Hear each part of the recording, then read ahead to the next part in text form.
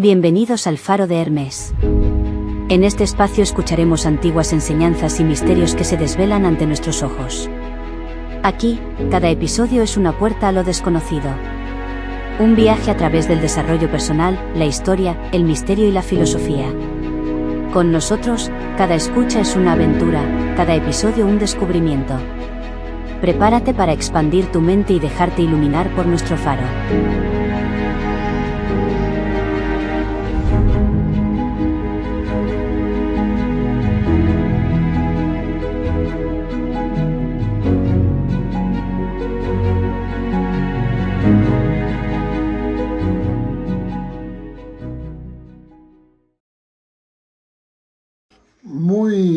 Muy buenas, queridos oyentes.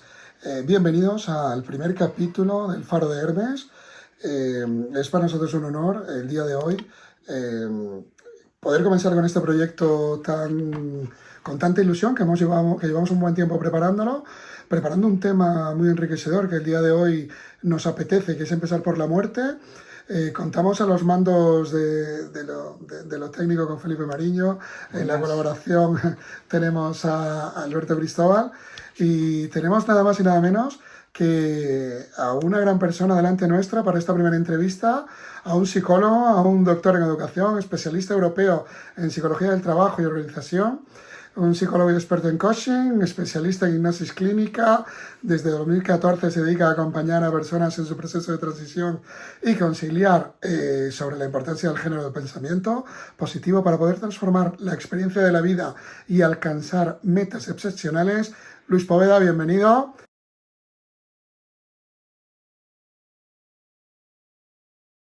Pues muchísimas gracias. Su último libro, Esperas o aspiras, la verdad es mirar hacia adentro. Y la verdad es que para mí también es un honor estar aquí compartiendo con vosotros este tema tan interesante y que nos acompañará a todos, como es la muerte. Gracias, Luis. No quería empezar esta idea inicial sobre el final del camino o el inicio de un nuevo camino. Un tema apasionante, el cual es la muerte. Luis, si pones en Google qué es la muerte, aparecen en menos de un segundo millones y millones de resultados. Es un tema que mucha gente le tiene miedo, es un tema que todo el mundo tiene una opinión diferente, a nivel cultural, a nivel religioso y a nivel personal. Cuéntanos desde tu perspectiva y ya nos dirás también a nivel, porque creo que lo has visto de frente, cuéntanos para ti qué es la muerte. Bueno, pues como muy bien dices, el concepto de la muerte es muy personal y está muy relacionado con la propia tradición. Yo, por hacer una premisa, la muerte es inevitable y nos va a llegar a todos. Pensemos en ella o no pensemos en ella. Más tarde o más temprano nos va a alcanzar.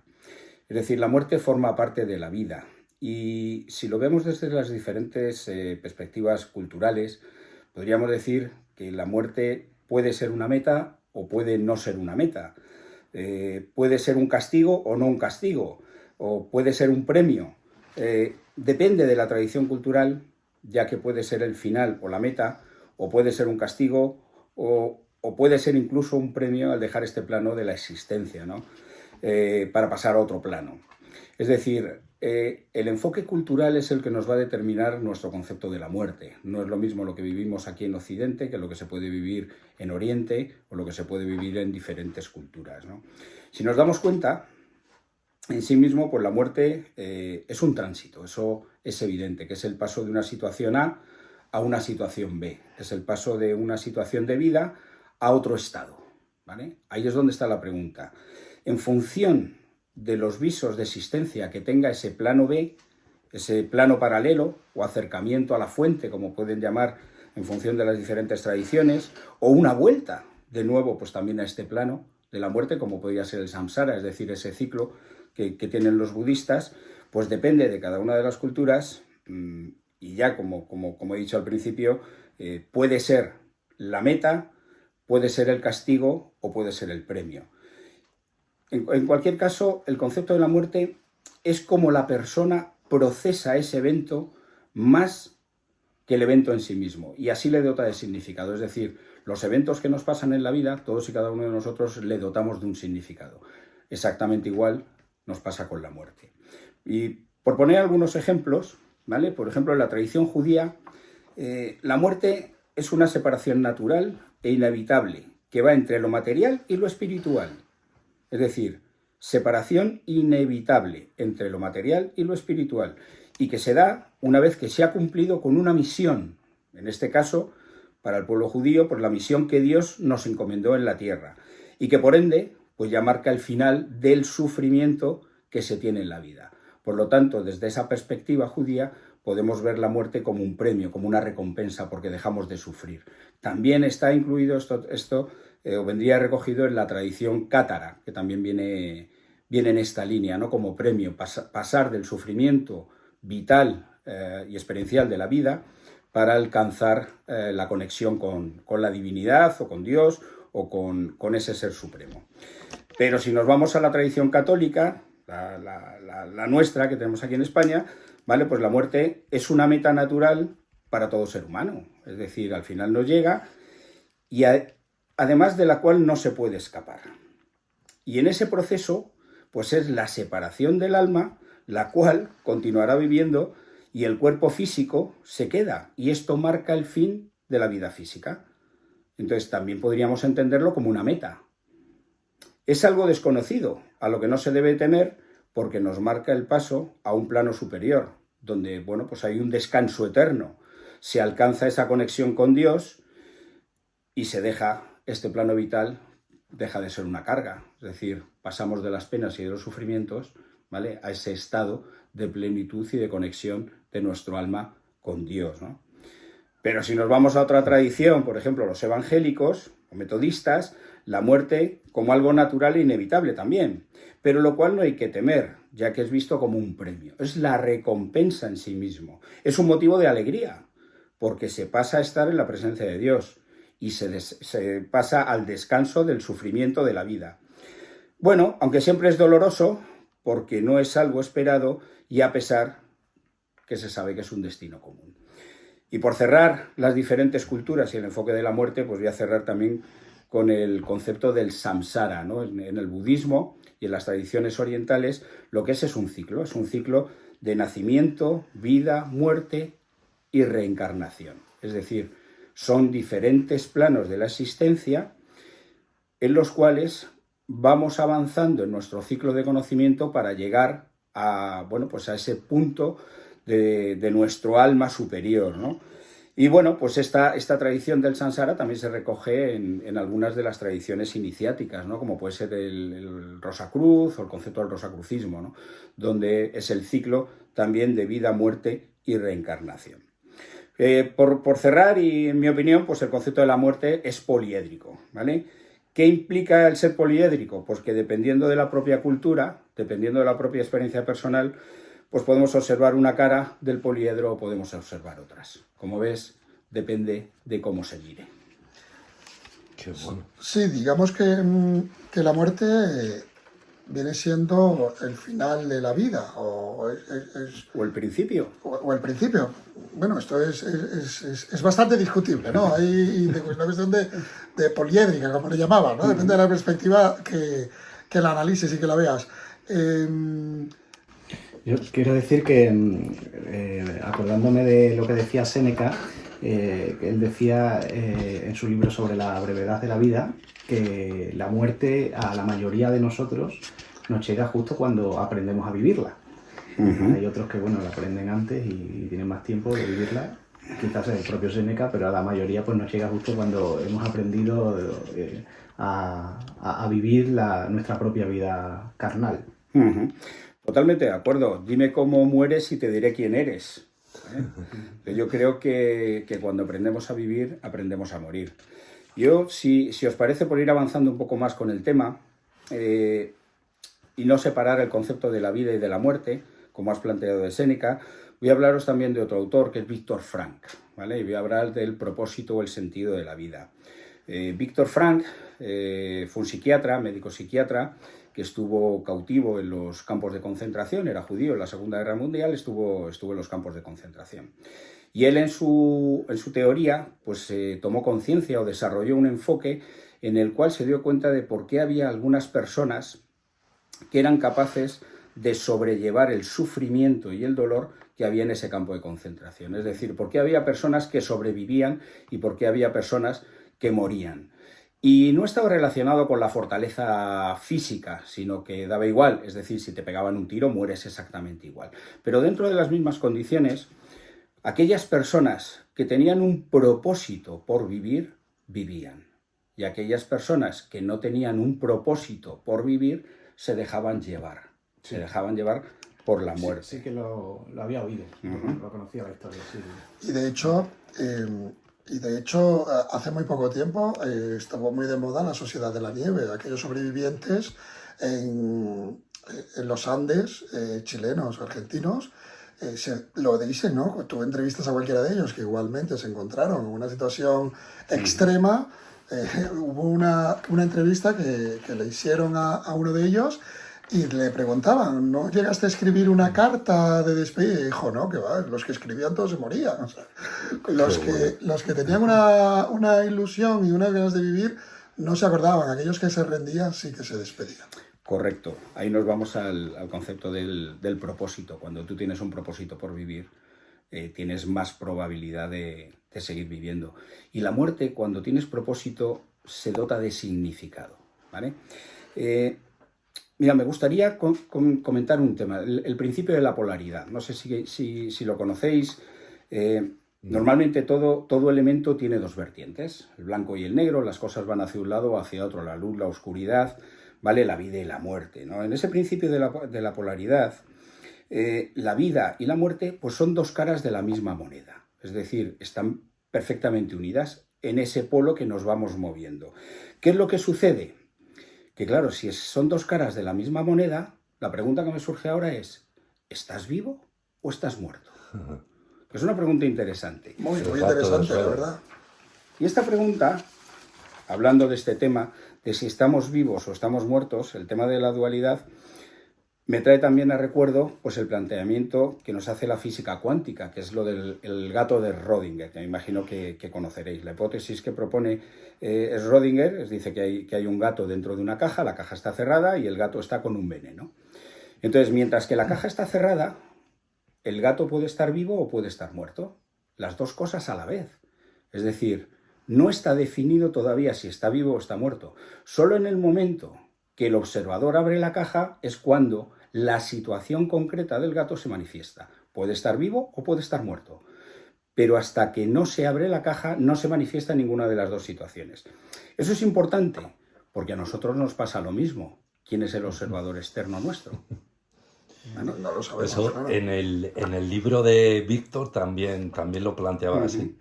Tenían compañeros que no sabían si estaban muertos o estaban vivos. Correcto, entonces es la percepción del observador el que determina si estamos vivos o si estamos muertos. En este caso el observador es el que va a determinar. ¿Quién es el observador? Pues somos nosotros y el Estado. Vamos a decidir si estamos vivos o estamos muertos. Entonces, como se puede comprobar, fíjate, este tema al final de la dualidad de la vida y la muerte pues nos sumerge directamente en la filosofía y en la tradición sobre la realidad que vivimos y sobre los diferentes planos de la realidad o de la manifestación, ¿no? ¿Por qué? Porque podemos estar vivos y muertos a la vez. Curiosa reflexión. Bien, si os parece, vamos a contar un poquito desde la perspectiva de cómo podríamos enfocar el concepto de la muerte y la psicología, ¿vale? Que es un poco el ámbito de mi competencia. Esto es fuerte, claro. ¿Dónde vamos con ello? Cuéntanos. Y bueno, pues lo primero que me gustaría es enmarcar esta propuesta desde un enfoque más científico-psicológico, por decirlo de alguna manera, ¿vale? En la sociedad actual, las sociedades modernas o posmodernas, occidentales, sobre todo en Occidente, la clave frente a la muerte es la actitud. Y recordad esta palabra porque luego volvemos a hablar de ello, ¿vale? La actitud o la disposición a actuar que tenemos las personas frente a los eventos y a las situaciones.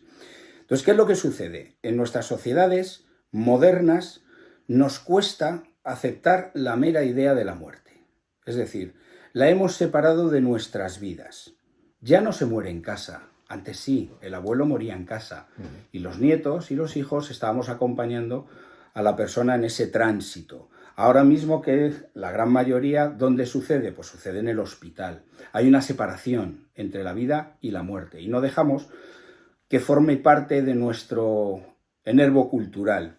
Es decir, incluso los nietos no los dejamos que participen en el proceso de despedida del abuelo, porque está en el hospital y queremos separar la muerte. Eso es cierto. ¿Qué es lo que sucede? Que cuando hacemos una separación de la muerte en nuestras vidas, evidentemente nos genera una actitud, y vuelvo otra vez a la palabra, que es una actitud desadaptativa. No es adaptativa al ser humano, porque la muerte forma parte de la vida. Entonces, si viviéramos en una sociedad, por ejemplo, que está en continua guerra, como puede ser ahora en Israel, te das cuenta de que la muerte puede llegar en cualquier momento, ¿vale? Ellos viven con la muerte, conviven con la muerte. Las culturas orientales conviven con la muerte. Lo tienen como mucho más adaptado, ¿vale? O sea, Luis, lo que estás diciendo es que estamos ocultando, ahora mismo en la sociedad actual, ocultamos la muerte. Desde mi visión, yo creo que sí. Es más, cuando hablas con muchas personas, sobre todo las personas jóvenes, no quieren hablar de la muerte. ¿Por qué? Porque viven o vivimos como si nunca fuéramos a morir. Sí. Es decir, la temporalidad de la vida la alargamos. Yo no quiero hablar de eso porque es algo que llegará, sí, pero llegará muy lejos. O sea, me llegará muy adelante. Sí, es verdad. Pero no somos conscientes de que el tiempo pasa, ¿vale?